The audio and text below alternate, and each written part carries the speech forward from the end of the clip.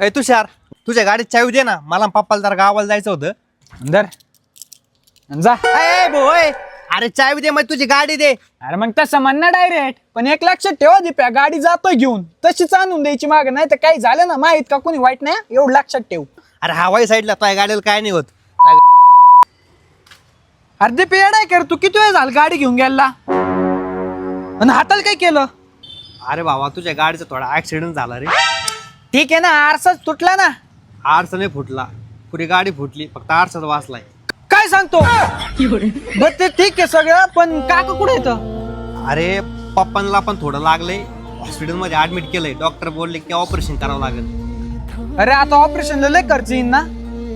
खर्च तर येईन साधारणपणे 4-5 लाख रुपये खर्च सांगितलाय. पण मला त्या बिला चिंता नाही रे, मला माझ्या वडिलांची पण काळजी आहे, आणि मेन म्हणजे तुझ्या गाडीची खूप काळजी वाटते रे बाबा. अरे त्या गाडीची नको काळजी करू, गाडी इन्शुरन्स मध्ये होऊन जाईल, पण तू काकांची काळजी घे. अरे बाबा, चिंता करायची गरज नाही, कारण मी माझ्या फॅमिलीसाठी हेल्थ इन्शुरन्स आधीच काढून ठेवलेला आहे. त्याचं लाखो आणि करोडो मध्ये त्यांचं कव्हरेज असतं, आणि हॉस्पिटलचं बिल इझी कव्हर होऊन जातं. काय सांगतो? हे महाग असेल ना पण. अरे कशाचं, त्यांचा प्रीमियम फक्त 400 किंवा 500 रुपये प्रति महिन्यापासून चालू होतो. अरे पण तुला खात्री आहे कव्हरेजची रक्कम वापस करतील?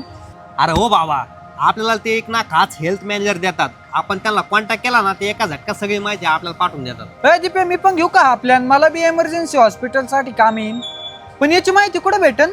लिंक बायो मध्ये आहे, तू त्याच्यावर जाऊन क्लिक कर. तुला सगळ्या हेल्थ इन्शुरन्सच्या कंपन्या एकाच ठिकाणी पाहायला भेटतील. तुला जे कंपनीचा प्लॅन आवडेल तू निवड. धन्यवाद भावा, पण मला आता 1 लाख रुपये दे. अय, कशाचे? अरे गाडी फोडली ना आज तू. गपाय बाबा, तुझ्या गाडीची इन्शुरन्स आहे ना, घे नीट करून. मग चाललो मी.